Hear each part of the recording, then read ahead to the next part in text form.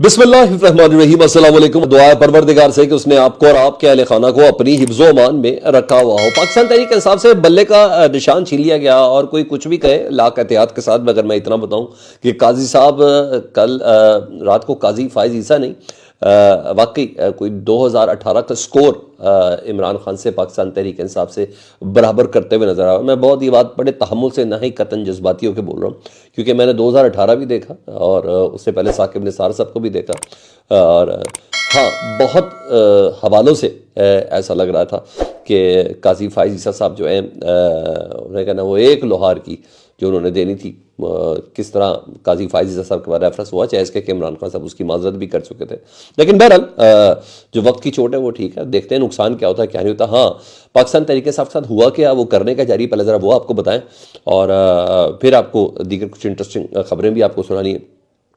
तहरीक इंसाफ को जी बल्ले का निशान उनसे छीन लिया गया और काजी फायज ईसा साहब ने ये फैसला सुनाया। आधे घंटे बाद आना था उन्होंने, 7 साढ़े 7 बजे, फिर ये बात चली गई है रात घंटे से 2 घंटे, 2 घंटे से 3 घंटे, और फिर 5 साढ़े 5 घंटे बाद आधी रात को ये फैसला 11:30 बजे सुनाया गया। और पहले कहा गया कि शॉर्ट ऑर्डर होगा, लेकिन शॉर्ट ऑर्डर की बजाय फिर उसको पढ़ के सुनाया गया। उन्हें कहा माजरत चाहता हूँ इतनी देर लग गई, और चार्जशीट पूरी पढ़ के सुनाई पाकिस्तान तहरीक इंसाफ। मैं ज़रा चार्जशीट पहले आपके सामने रखूँ। उन्हें कहा जब पाकिस्तान तहरीक इंसाफ की हुकूमत थी तब भी इंट्रा पार्टी का इलेक्शन पाकिस्तान तहरीक इंसाफ ने नहीं कराया था, ठीक है जी। और इलेक्शन कमीशन के कहने के बावजूद फिर लाहौर हाई कोर्ट ने इस सिलसिले में कहा था, तमाम चार्जशीट करके आखिर में एक पूरा जवाब बनाया कि पाकिस्तान तहरीक इंसाफ से बल्ले का निशान वापस ले लिया जाता है, क्योंकि इलेक्शन कमीशन की रेट कायम करना बहुत ज़्यादा ज़रूरी है। इसलिए पेशावर हाई कोर्ट के जो जज हैं वो का मकल है, उन्होंने इस हद तक इस चीज़ों को नहीं देखा। तो बहरहाल पेशावर हाई कोर्ट के फैसले को कलअदम करार दिया जाता है। तो कोई शक नहीं जी, पाकिस्तान तहरीक इंसाफ को बहुत ज़्यादा नुकसान हो, बहुत बड़ा नुकसान हुआ।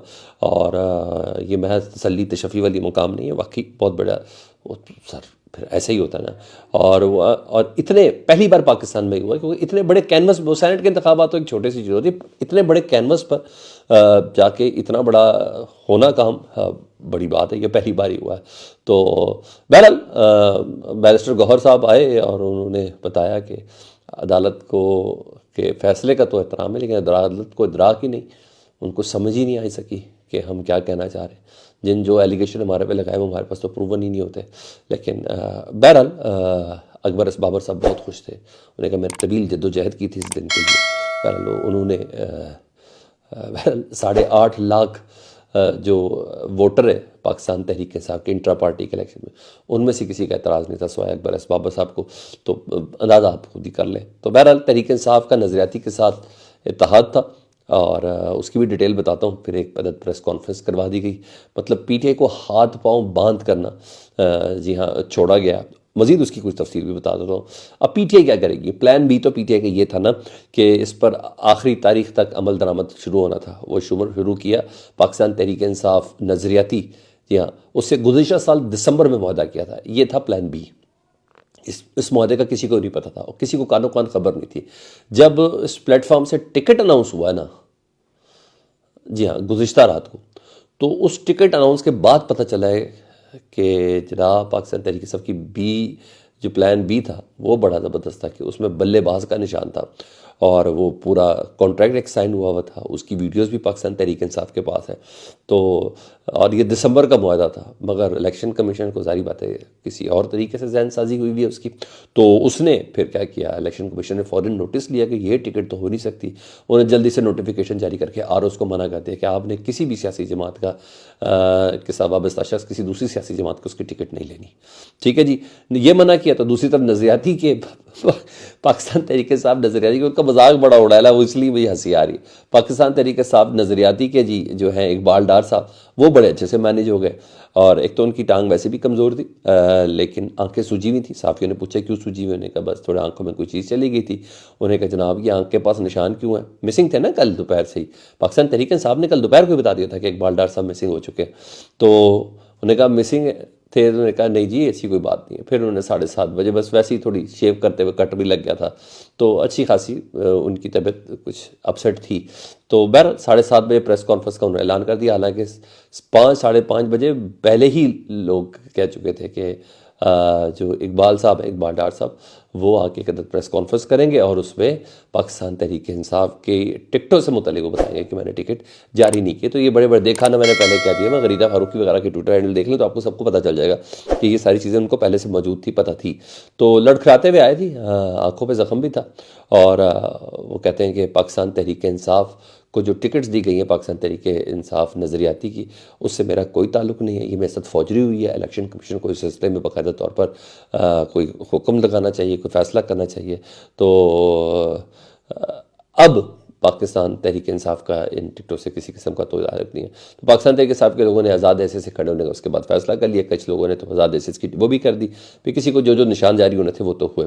تو اس دوران کچھ گرفتاریاں بھی ہوئی. ان گرفتاریوں میں N55 سے راجہ بشارہ صاحب کے کاغذ چھین لیے گئے، ملتان سے وہی بیرسٹر وسیم صاحب کے، جہاں زیب کھچی صاحب کو گرفتار کر لیا گیا، وسیم کو گرفتار کر لیا گیا، حامد اقبال شاہ کو گرفتار کر لیا گیا.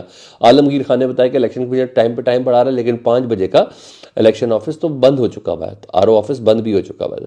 تو یہ تمام چیزیں تھیں. اب پاکستان تحریک انصاف کے لیے کوئی شک نہیں، ایک مشکل درپیش ہے. بیرسٹر گور صاحب نے کہا ہم ریویو پہ جائیں گے، اور انہوں نے یقین ہے کہ سپریم کورٹ کا جو یہ فیصلہ ہے یہ کل عدم ہو جائے گا. اب ریویو میں کم از کم قاضی فائز عیسیٰ صاحب نہیں ہوں گے، ریویو میں محمد علی مظہر صاحب نہیں ہوں گے، اور مسرت ہلالی صاحبہ نہیں ہوں گی، لیکن بہرحال وہ ریویو جائے گا، وہ یہ کہہ رہے ہیں. ٹھیک ہے جی. مطلب سچی بولیں تو اب الیکشن پہ نا اتنا پتہ چل گیا کہ ریاست کسی طور پر نہیں چاہتی کہ پاکستان تحریک انصاف ہو الیکشن میں، اس کے بلے کا نشان ہو پاکستان تحریک انصاف کے بلے کو ووٹ پڑے. کوئی شک نہیں سپریم کورٹ کی ساکھ اس فیصلے سے بہت زیادہ مجروح ہے، اور ایک مدت تو یاد رکھا جائے گا. جسٹس منیر، جسٹس ثاقب نثار، جی ہاں، ان کے فیصلے لوگ اب بھول جائیں گے. قاضی فائز صاحب کا یہ فیصلہ ضرور آئے گا.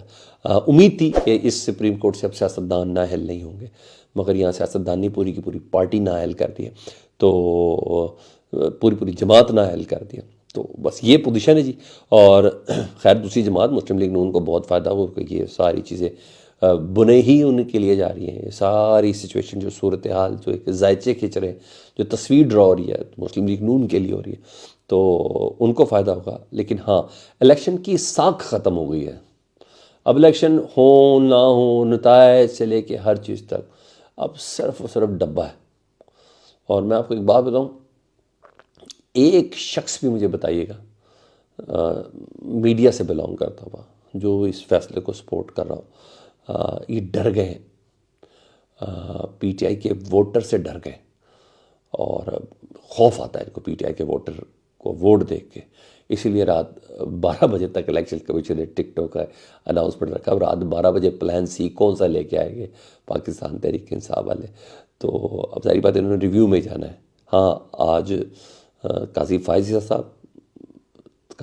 صاحب نہیں، ثاقب نثار لگ رہے تھے، جسٹس منیر لگ رہے تھے، اور انتقام لیتے ہوئے نظر آ رہے تھے. پتہ چل رہا تھا 2018 میں نا کا بدلہ وہ لیتے ہوئے نظر آ رہے ہیں.